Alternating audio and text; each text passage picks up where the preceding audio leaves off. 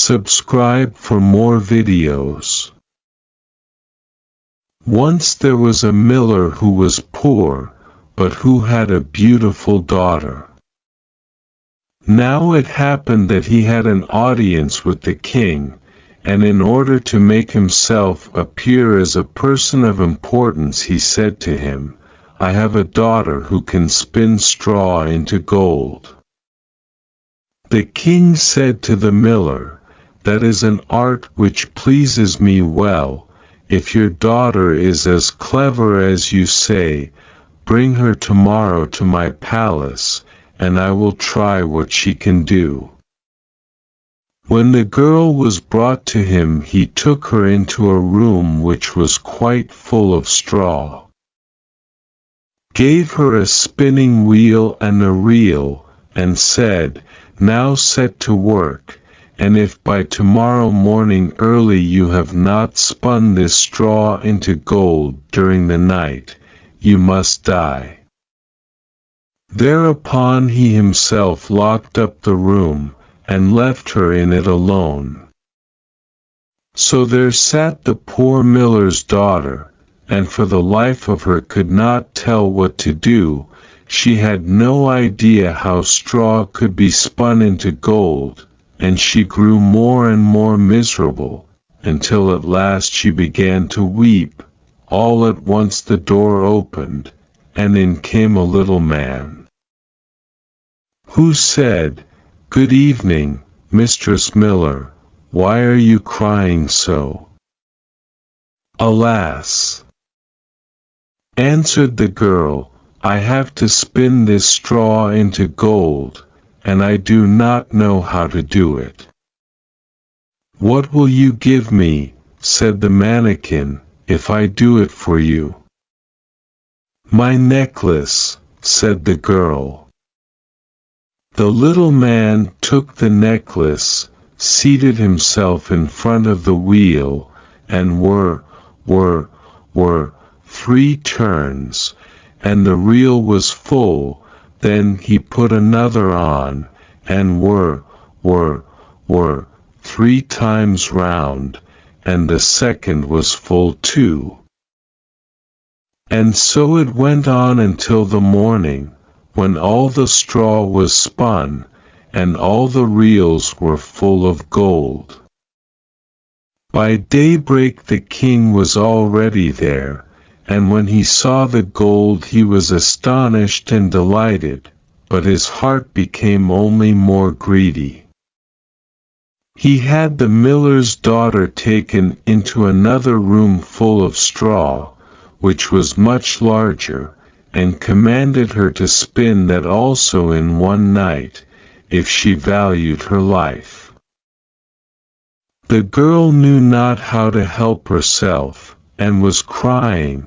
When the door again opened, the little man appeared and said, "What will you give me if I spin that straw into gold for you?"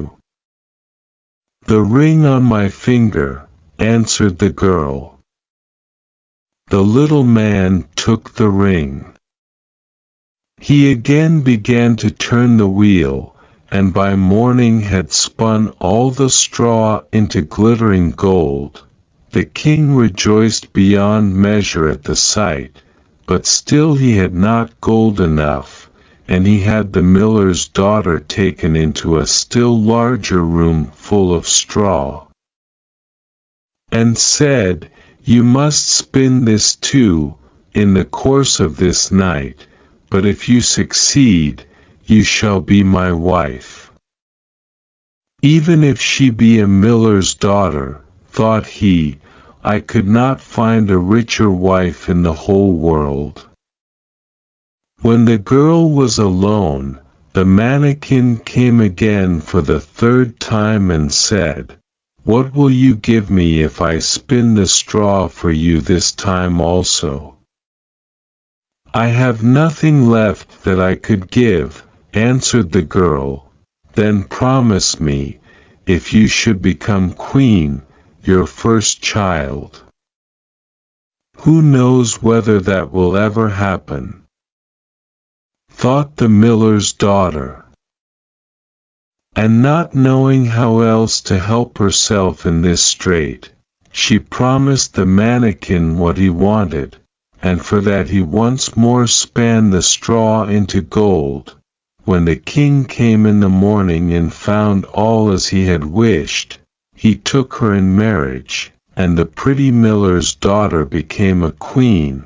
A year after, she had a beautiful child, and she never gave a thought to the mannequin. Suddenly he came into her room, and said, "Now give me what you promised."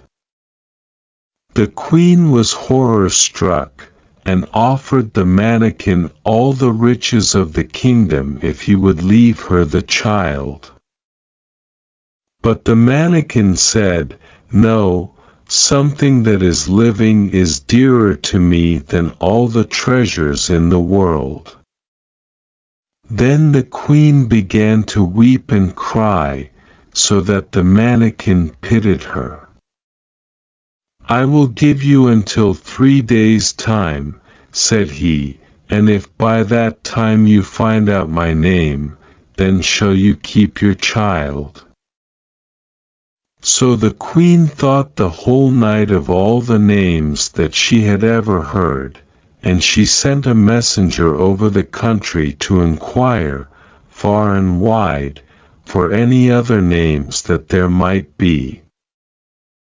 When the mannequin came the next day, she began with Caspar, Melchior, Balthazar, and said all the names she knew, one after another, but to every one the little man said, "That is not my name." On the second day she had inquiries made in the neighborhood as to the names of the people there, and she repeated to the mannequin the most uncommon and curious. "Perhaps your name is Short Ribs, or Sheepshanks, or Laceleg." But he always answered, "That is not my name." On the third day the messenger came back again and said, "I have not been able to find a single new name, but as I came to a high mountain at the end of the forest, where the fox and the hare bid each other good night, there I saw a little house, and before the house a fire was burning, and round about the fire quite a ridiculous little man was jumping. He hopped upon one leg, and shouted, 'Today I bake, tomorrow brew, the next I'll have the young queen's child.' Ha! Glad am I that no one knew that Rumpelstiltskin I am styled." You may think how glad the queen was when she heard the name. When soon afterwards the little man came in and asked, "Now, Mistress Queen, what is my name?" At first she said, "Is your name Conrad?" "No." "Is your name Harry?" "No." "Perhaps your name is Rumpelstiltskin." "The devil has told you that."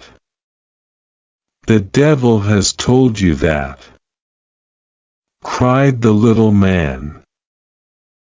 And in his anger he plunged his right foot so deep into the earth that his whole leg went in, and then in rage he pulled at his left leg so hard with both hands that he tore himself in two.